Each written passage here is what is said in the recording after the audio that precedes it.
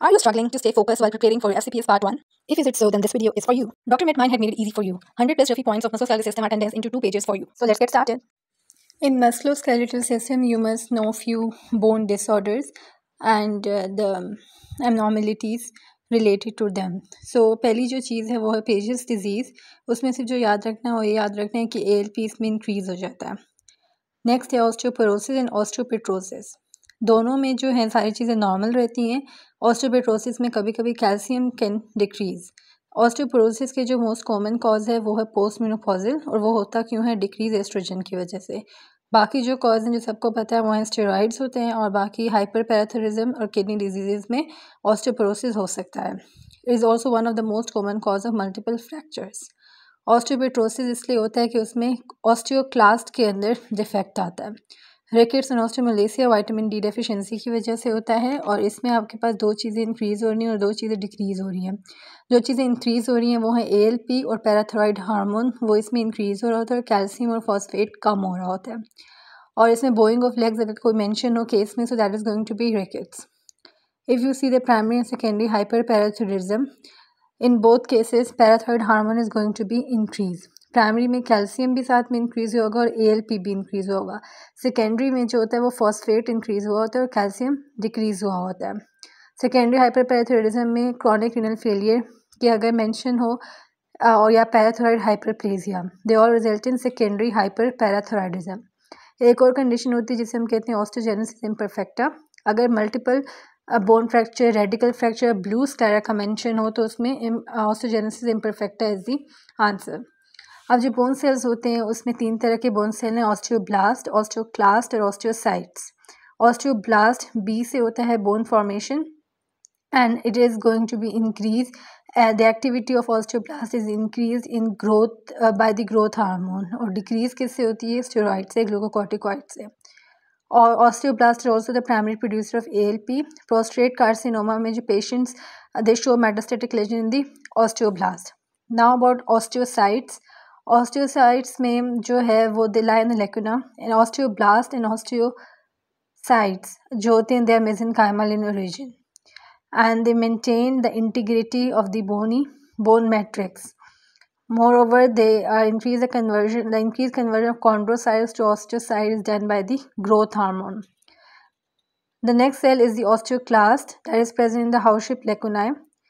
Osteoclastic activity is increased in the parathyroid hormone. When parathyroid hormone is increased, hematopoietic, they are hematopoietic in origin, and they have different origin from the osteocytes and osteoblast. They have variable half-life and they are different from the other cells. In bone remodeling, osteoblast and osteoclast both take place. Now you must know a few things about the bone that are asked in the MCQs. The newly laid uncalcified bony matrix is known as osteoid. Oppositional growth is the true statement for the bone. In compact bone, lamella arrange in regular fashion, and the circumferential lamella form osteon in compact bone. So osteoid is the newly laid uncalcified bony matrix, and osteon is the circumferential lamella that is formed in the compact bone. The next is about the ossification center. Primary ossification centre जो होता है वो diaphysis पे present होता है. Diaphysis is basically the shaft of the bone. Secondary ossification centre जो होता है वो एपिफिसिस में प्रेजेंट होता है, वो ends of the long bone में होता है. The mnemonic to remember is CSEE, secondary end of the long bones and epiphysis. Secondary ossification center, which is present in the time of birth, is present at the distal end of femur. Mandible is the bone which has 2 ossification center. Clavicle is the bone which has intramembranous ossification. It's important for you to remember the ossification centers of few bones. So let's start with the humerus. Humerus primary ossification starts in 8th week. The next is about the femur, that is 34 weeks. Now the radial head, that is 3 years, and the medial epicondyle 5 years. Ischiopubic ramus fusion is at 7 years, and lateral epicondyle is at 11 years. Then ossification of the sternum body is at 21 years, and the sacral bone fused with ilium at the age of 26. The most common primary malignant bone tumor or the second decade of life is the osteosarcoma. Another MCQ could be the strontium-90 released from the atomic bombs is notorious for causing osteosarcoma. The most common benign tumor is osteochondroma. And if the case scenario says the so-bubble appearance, then that is going to be the giant cell tumor.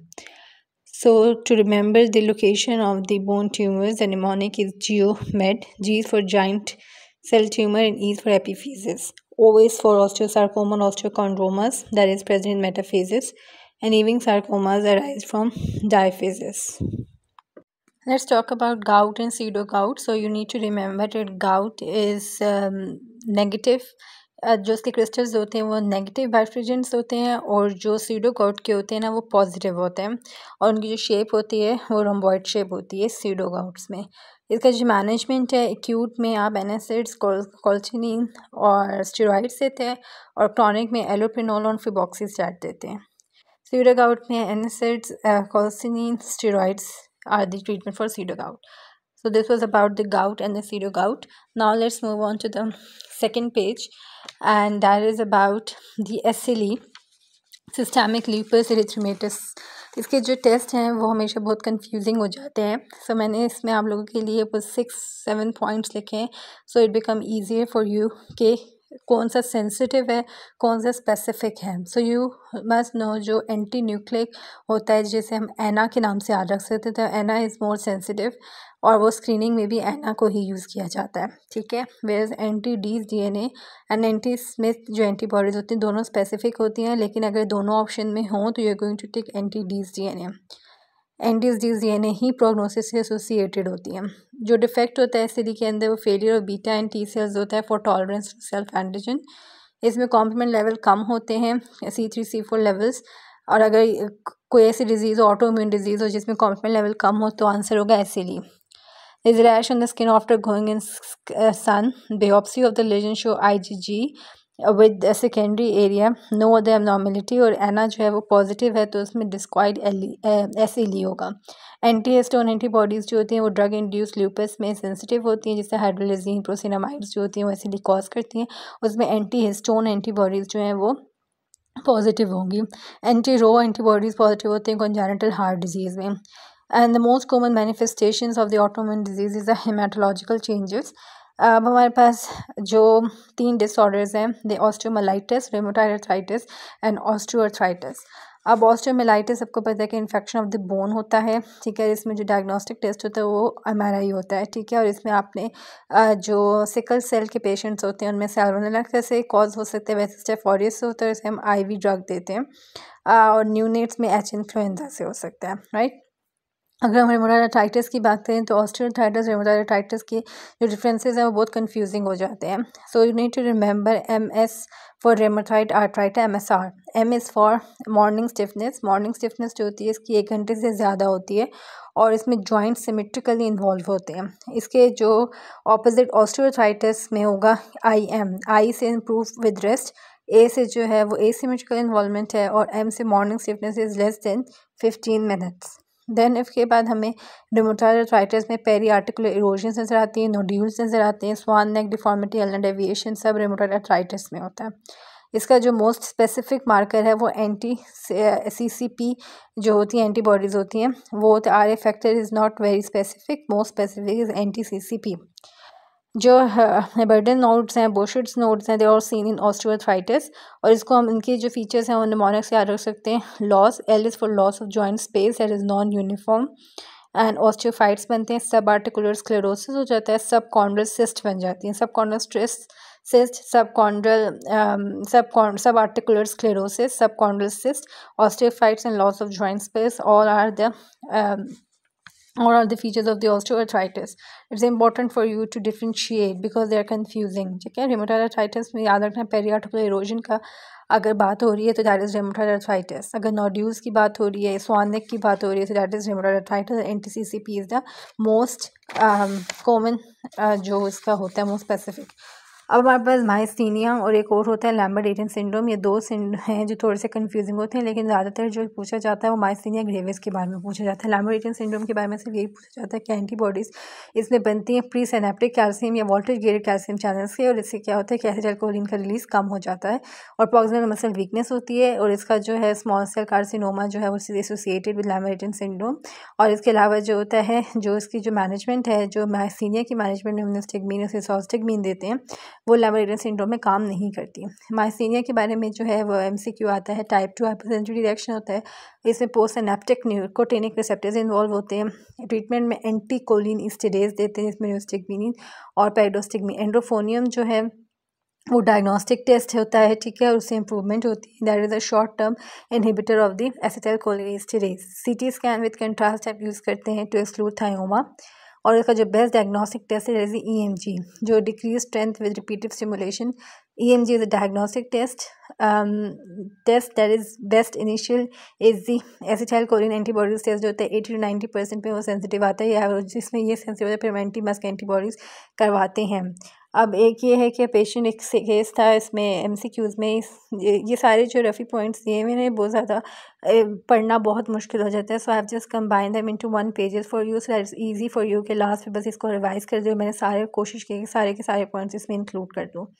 जो इसका treatment होता है, ये एक case था कि इसमें एक पेशेंट है, उसको स्टिगमीन और एट्रोपिन से ट्रीट किया गया और वो सिम्टोमेटिक फिर भी सिम्टोमेटिक है, उसको एड्रोफोनियम से उसके सिम्टम्स रिलीफ हो जाते हैं। तो अब नेक्स्ट आपका मैनेजमेंट स्टेप क्या होगा, उसमें ये होता है कि आपने उसकी डोज इंक्रीज़ करनी होती है स्टिगमीन की, राइट। अब कुछ ऐसे जो डिसऑर्डर्स हैं जिसमें एंटीबॉडीज़ रिलेटेड थी, तो वो काफ़ी कंफ्यूज हो जाते हैं कि इसमें कौन सी एंटीबॉडीज़ होती हैं। थोड़ा बहुत हम रिवाइज कर, शॉगरेन का सबको पता है कि उसमें ड्राइनेस जहाँ पे भी जिक्र होगा, dryness in I, dryness in mouth, या जो भी वहाँ पे ड्राइनेस होगी तो दैट इज़ बेसिकली शॉगरेन सिंड्रोम, ठीक है। इसमें जो होते हैं anti-SSA या anti-SSB जो एंटीबॉडीज़ होती हैं वो शॉगरेन में रेज हुई होती है, जिनको एंटी और anti-LA एंटीबॉडीज़ भी कहते हैं। शॉगरेन एसोसिएट होते हैं रेमोराइड अर्थराइटिस से, एंड इसकी जो most dangerous long term complication है that is a pulmonary interstitial fibrosis. जो सिस्टेमिक स्क्लेरोसिस होता है वो स्क्लेरोडर्मा जिसे हम कहते हैं, वो 2 टाइप के होते हैं, डिफ्यूज़ और एक होता है लिमिटेड। अब जो डिफ्यूज़ होता है उसमें anti-SCL70 और लिमिटेड में एंटी सेंट्रोमियर एंटीबॉडीज़ जो होती हैं वो रेज्ड होती हैं। क्रेज सिंड्रोम जो एसोसिएटेड होता है सिस्टेमिक स्क्लेरोसिस से, ये MCQ में केस सिनेरियो के तौर पे आया हुआ है, इस क्रेज सिंड्रोम के नाम से नहीं आया हुआ। तो C is for calcinosis, R is for Raynaud phenomena, O is for oesophageal dysfunction, dysphagia का जिक्र होगा, S is for sclerodactyly, and T is for telangiectasia. Alright, and then there is going to be a similar scenario, और उसका answer है progressive systemic sclerosis. Polymyositis क्या होता है, जिसमें एंटीबॉडीज़ जो होती हैं बॉडीज़ जो भी होती हैं मसल, जिसमें प्रॉक्सिमल मसल वीकनेस के साथ स्किन रैश हुई भी होती है। The other one is the autoimmune hepatitis जो होता है, उसमें एंटी स्मूथ मसल एंटीबॉडीज़ जो होती हैं वो इंक्रीज़ होती हैं। हैशमेटोथायराइटिस में एंटी थायरोग्लोबुलिन हुई भी होती है, और एंटोमाइक्रोजोमल एंटी माइट्रोकॉन्ड्रियल एंटीबॉडीज़ जो होती हैं वो आपके पास होती हैं बाइलरी में, that is a primary biliary cirrhosis में एंटी माइटोकॉन्ड्रियल एंटीबॉडीज़ होती है। माइटोकॉन्ड्रिया के अंदर एक कार्डियोलिपिन एंटीबॉडी होती है जो हमारे पास फॉस्फोलिपिड सिंड्रोम में इंक्रीज़ हुई हुई होती है, वो एक अलग चीज़ है। लेकिन एंटी माइटोकॉन्ड्रियल एंटीबॉडीज़ जो होती हैं वो प्राइमरी बाइलरी सिरोसिस से रिलेटेड ऑटोइम्यून के अंदर एंटी स्मूथ मसल्स होती हैं, राइट। देन उसके बाद फीमेल पेशेंट को कोलेस्टेसिस हो रहा हो, उसको पोर्टल हाइपरटेंशन हो रही है, तो प्राइमरी बाइलरी सिरोसिस होगा, और इसमें हमारे पास एंटी माइटोकॉन्ड्रियल एंटीबॉडीज़ रेज हुई हुई होंगी। 2 इससे अनरिलेटेड डिजीज़ थी जो इसमें मेंशन हुई थी, इसमें है Wiskott Aldrich syndrome and the other one is a Lofgren syndrome. और इन्होंने प्रोनाउंस कैसे करते हैं, जो विस्कोर एल्ड्रिच सिंड्रोम है उसमें 3 चीज़ें होंगी, एक्जिमा होता है, थ्रोम्बोसाइटोपेनिया होता है, और इम्यूनो डेफिशिएंसी होगी। पेशेंट को इन्फेक्शन हो रहा होगा, प्लेटलेट काउंट इसका कम हुआ होगा, और एक्जिमेटस रैश टाइप होती है, विस्कोर एल्ड्रिच सिंड्रोम है। लॉफ्ग्रेन सिंड्रोम जो होता है वो एक्यूट क्लिनिकल प्रेजेंटेशन होती है कि इसकी सार्किडोसिस की, सिस्टेमिक सार्किडोसिस की एक्यूट क्लिनिकल प्रेजेंटेशन है, और इसमें भी 3 चीज़ें होती हैं, इसमें फीवर होता है, और एरिथ्रिमा नोडोसम हुआ हुआ होता है, और बायलैटरल हिलार लेफेंडिनोपैथी हुई होती है। There is fever, there is erythema nodosum, and then there is also going to be bilateral hilar lymphadenopathy जो लॉफ्ग्रेन सिंड्रोम में आ जाता है। So this was all about the musculoskeletal system. I hope जो SCPs की तैयारी कर रहे होंगे उनको इससे मदद मिली होगी, एंड ये वो सारे पॉइंट्स वही हैं जो रफ़ी में डिस्कस हुए हैं, बस मैंने थोड़ा सा जो है इसको एलैबोरेट कर दिया, थोड़ा सा ईजी कर दिया, सारों को कंबाइन कर दिया, so that it's easy for you to revise and it's easy for you to prepare for your exams. So this was all. Thank you for listening. Send us an email to get a PDF guide.